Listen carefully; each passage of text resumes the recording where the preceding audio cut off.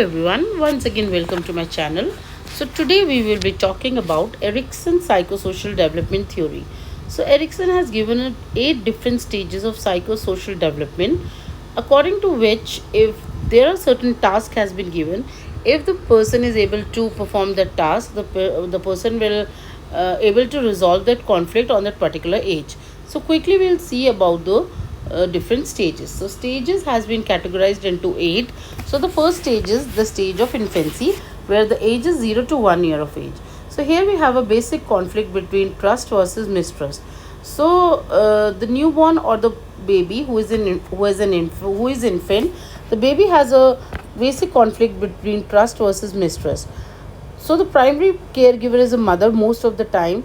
If the mother is able to give all the primary needs, if the mother is able to fulfill the primary needs of the baby, like clothing, basic needs like nourishment, affection, if everything has been met, baby will develop a sense of trust towards the mother. But if the mother is not able to perform all the things according to the baby will develop a mistrust towards the mother. So this is the first stage. Then comes the second stage, which is the stage of early childhood, where the age is 1 to 3 years of age, and the basic conflict is in between autonomy versus shame and doubt. If autonomy means independence, if the baby is able to perform certain tasks by its own, he or she may develop a feeling of autonomy, otherwise, he will have a feeling of shame and doubt.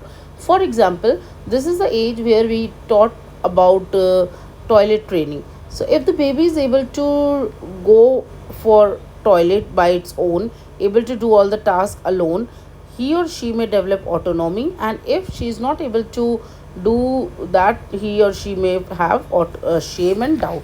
Then comes the third stage, which is play age, that is 3 to 6 year of age. There the basic conflict is in between initiative versus guilt. If the baby is able to take some of the small initiative by its own, the baby may develop sense of initiative. Otherwise, he or she may land up into guilt. For example, if he or she may able to wear their clothes by their own, or they can able to have the food by spoon. So if you have given some small task, and if they will be able to do it by their own, they will have a feeling of initiative. If they fail to do so, they will have a feeling of guilt. Then comes your school age, that is the age of 7 to 11 years of age.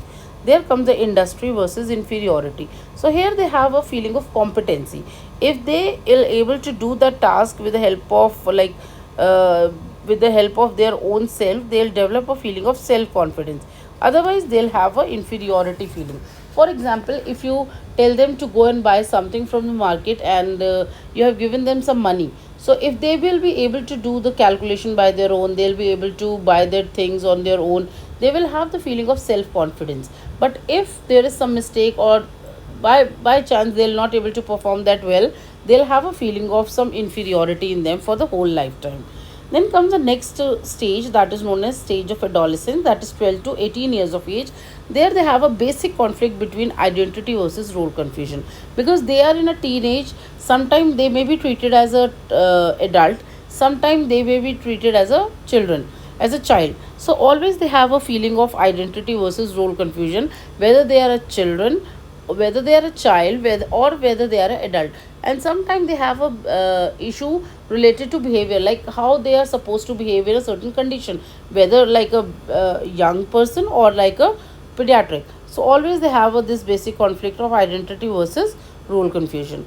Then we have next stage, which is known as early childhood or early adulthood stage, where the age limit is 19 to 29 years of age, and the basic conflict is in between intimacy versus isolation. So here the person is mainly searching for love. If the person will have a true partner, a compatible partner, or they found a person who is the right person or the right match for them, they'll have an intimate relationship with others. If they fail to do so, they will feel isolated, and they have a period of isolation with them. So then comes the middle age, that is 30 to 64 years of age, and there is a basic conflict which is about like generativity versus stagnation. So this age group is known as the most productive age group, where the person is trying to achieve everything in terms of relationship, in terms of profession, in terms of finance. So if like they'll be able to produce maximum, they will be having a feeling of generativity. But if they fail to do so, they'll go into stagnation phase. Then comes the last stage, that is the old age, that is like 65 years and above. So here they have a feeling of like conflicts between integrity and despair.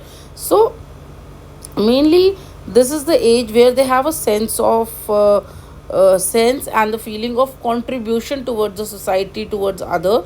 So in this stage, if the person is like settled everything, if the person has earned everything, like in terms of family, in terms of relation, in terms of society, finance, if everything has been settled, all the, like they have done their basic responsibilities, like their children, they all are getting married and everybody is settled down, they have a good retirement life, they are living well, they are healthy. So if everything is in place, so the person will have a feeling of integrity.